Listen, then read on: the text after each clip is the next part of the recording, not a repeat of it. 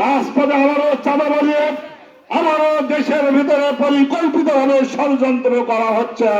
প্রিয় ভাইয়ের আমার, এই লক্ষ্য করে তৌহিদি জনতার দেশে আলেম ওলামা ইসলাম প্রিয় এই জনতার এই দেশে আর কোনদিন স্বৈরাচারকে বাসা বাঁধতে দেওয়া হবে না। প্রিয় ভাই আমার, আবু সাইদের এই বাংলায়, সাজ্জাদ হোসেন সাজুদের এই বাংলায় আর কোন ফেসিবাদকে ফিরে আসতে দেওয়া হবে না।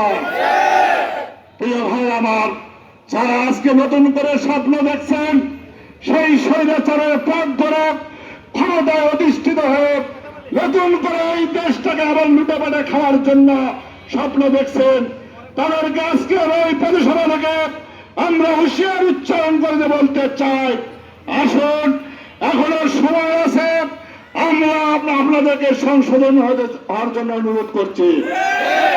নইলে এই দেশের ছাত্র জনতা যেভাবে বিগত দিনে ফ্যাসিবাদকে এই দেশ থেকে তাড়িয়ে দিয়েছে, ঠিক সেইভাবে আগামী দিনে যত নব্য স্বৈরাচার, যত নব্য ফ্যাসিবাদ এই দেশে আসার জন্য চেষ্টা চালাবে, জাতির ঘরে অন্যায়ভাবে চাপিয়ে বসার চেষ্টা চালাবে, তাদেরকে ঠিক সমুচিত দাঁত ভাঙ্গা জবাব দেবে ইনশাআল্লাহ।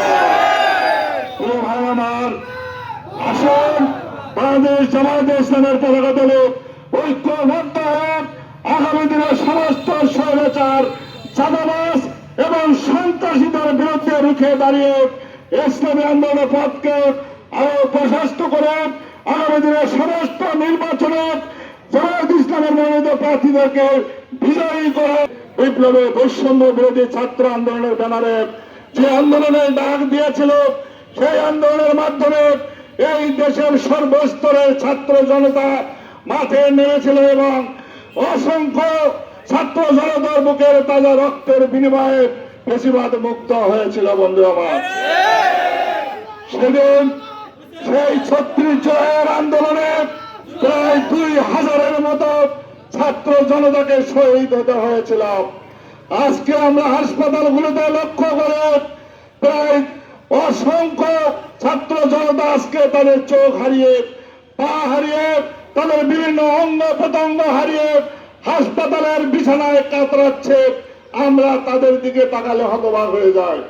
প্রিয় ভাই আমার, এই ফ্যাসিবাদ মুক্ত আজকে 1 বছর উদযাপন করতে না করতে আজকে আমরা যখন এই দেশের তরুণ ছাত্র জনতার নেতৃত্বে এদেশের তৌহিদি ছাত্র জনতা, যখন এদেশের তৌহিদ প্রিয় মানুষ যখন আমাদের এই প্রাণ প্রিয় মাতৃভূমিকে নতুন করে গড়ে তোলার স্বপ্ন দেখছে, এই দেশটাকে যখন নতুন করে বিনির্মাণের জন্য চেষ্টা চালাচ্ছে, ঠিক সেই মুহূর্তে আমরা ভারতীয় আধিপত্যবাদের বন্ধ পাচ্ছি।